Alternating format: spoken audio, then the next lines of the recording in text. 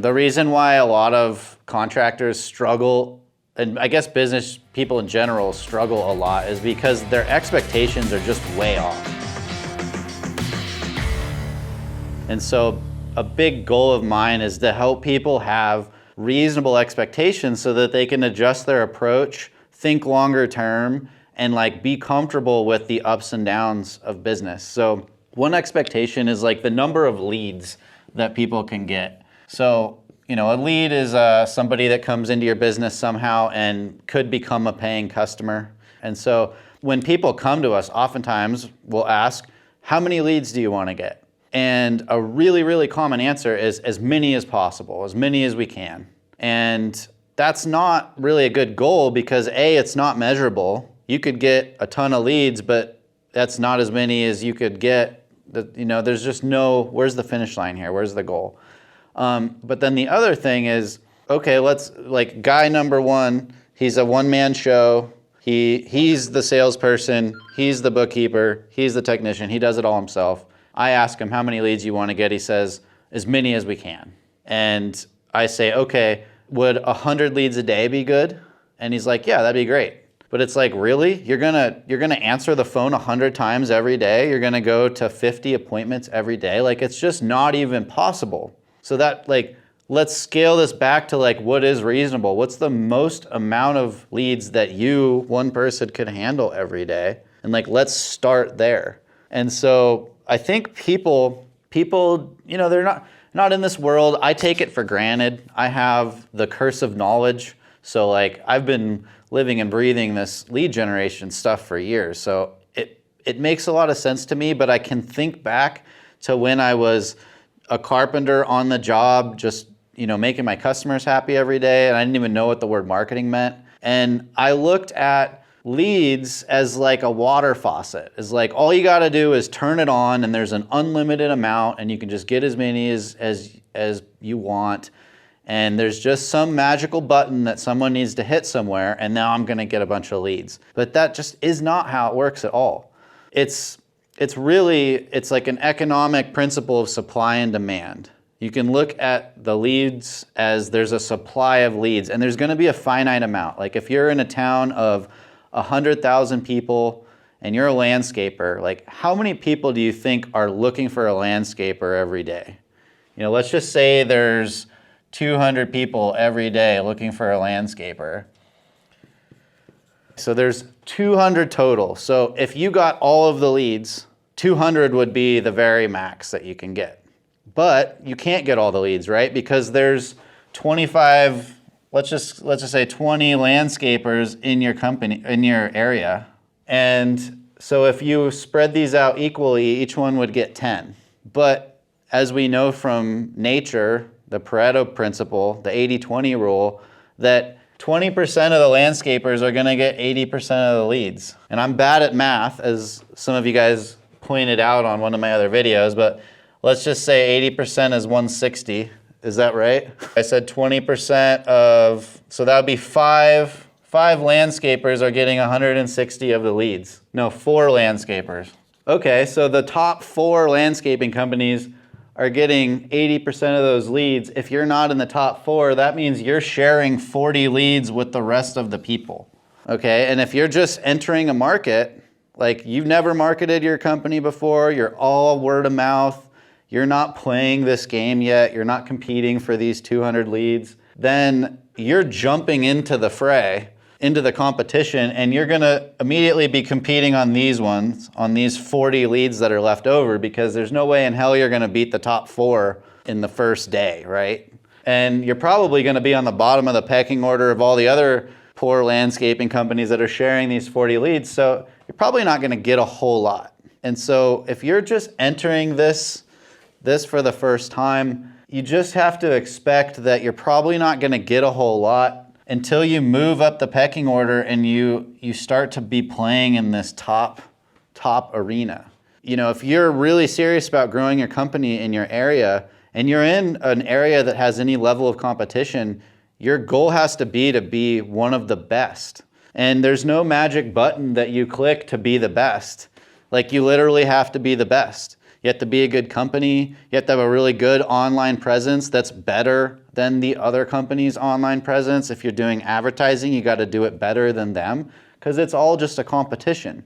You're competing for these finite amount of leads. This isn't an unlimited number. There's only so much going around. And so just that's something that you got to expect. You're competing for a certain number. And if you want to compete on a bigger pool of leads, then you need to expand your service offering and do more things, or you need to expand your service area and cover a wider area. From the time that they become aware of our business, all the way to the time where they're calling us 10 years later to do more work, or they're referring us to their friends and family, how do we make their experience better every step of the way? That's like my first principle way of dealing with anything with business and marketing, is how do we make their experience better? Because in my own experience, that's like 80% of everything. You know, there are like technical SEO tricks you can do sometimes, but if you're not giving people a good experience, you're shooting yourself in the foot. So if you start there, if you are giving people the best experience in your area, let's say you're a landscaper, there's 10 landscaping companies in your area, but your customers get the best experience, a lot of these other things are going to fall into place. Like, you're very likely to end up at the top of Google, because Google's main objective is to figure out who the best service providers are to recommend to their customers, who are anybody using Google search. Their objective is to identify who's giving the best experience. So if you're naturally just going to rise to the top. So who do you have to be? You have to be the person who pays attention to their customers the best and can demonstrate that the best. And this happens all the time, thank goodness for a lot of us. If you're in an area that there's not a lot of really good competition, it's not hard to get right up into these top few spots and suck up most of the leads. I've seen it over and over. But the more competitive, if you're in an area like Los Angeles, that's like competing in the NBA. Like, the best of the best companies are there because they had to become the best in order to be at the top. There's so much talent there that the people at the top in LA are cream of the crop, the best of the best. But in the middle of nowhere, Montana, the guy at the top might be Joe Blow, who doesn't really know what he's doing, but he's at the top because the rest of his competitors know less than he does, or whatever. So when it comes to local marketing and probably all marketing, it's a competition. It's supply and demand. There's a finite amount of possible customers, and you are competing for those customers with everyone else that you're competing with. And so if you want to get more leads, then you have to become more competitive, which means you need to be better. And it's hard to identify how many leads there are, Yeah. There are statistics, which I'm going to be looking through when I'm writing the book, but there's statistics on, like, if you have a Google search page, there's statistics on how many clicks the first spot gets, the second spot, the third spot.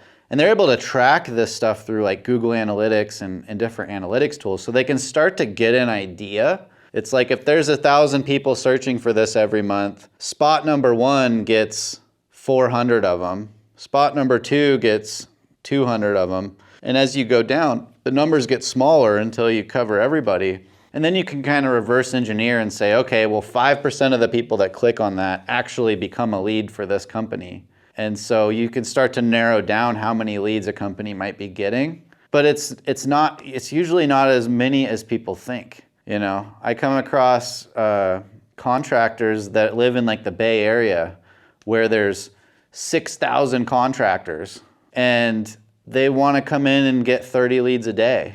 And it's like, man, the person in the top spot might not even be getting 30 a day, depending on what the service is. Like remodelers, there's not that many remodels happening compared to like how many pipes are getting unclogged today. So, hopefully I can use some statistics to kind of shine some light on exactly what the numbers might be, but just understanding that there is a finite amount, and you need to compete for those, and you shouldn't expect to just start beating everybody else your first day on the field, because that's just not how the world works.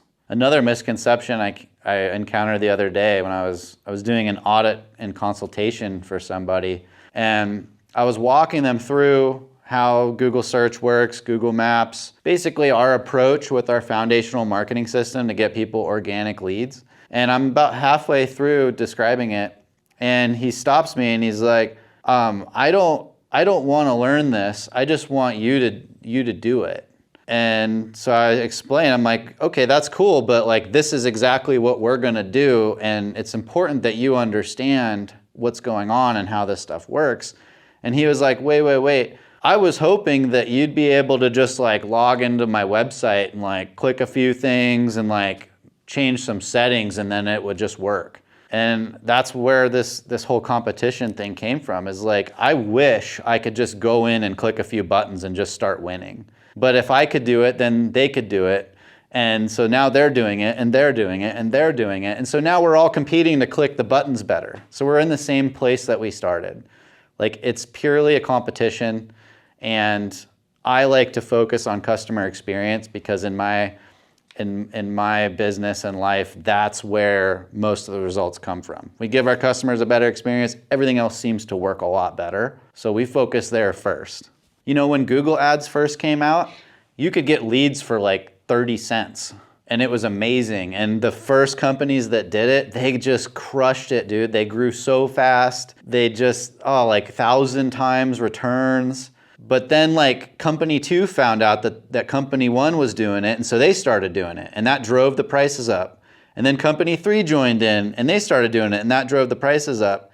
And here we are 20 years later, and the prices found like an equilibrium spot where if they go any higher, people can't, like it just doesn't make sense anymore. Like they can't go any higher because then nobody would make money. And so prices are floating around this spot where it's like the maximum that the companies that figured it out can pay. So the people coming in now, like you're so late to the game, it's a huge leap for you to like catch up to the companies that are already able to pay $500 a lead. Because whoever can afford to pay the most per lead is going to be able to get the most leads. And how do you afford to pay the most per lead? Well, you need to make the most per customer. You need to turn the most leads into those customers. So it becomes more of a game of like, what are the levers you pull in your own business with your pricing, with your sales? How do you squeeze a few more percentage of sales out of these leads? How do you squeeze a few more percentage of profit out of these sales so that you can spend more acquiring those leads? And if you can spend more than everyone else, well, then you can buy more than all of them because they'll just stop. They can't afford it. So that's the game in a lot of advertising these days, is be able to spend the most, you'll get the most leads. Google's charging us for this stuff now, so that's the game that we're in. If you found this video helpful, or you think you know somebody that could benefit from watching it, share it with them, hit the like button, and subscribe for more content.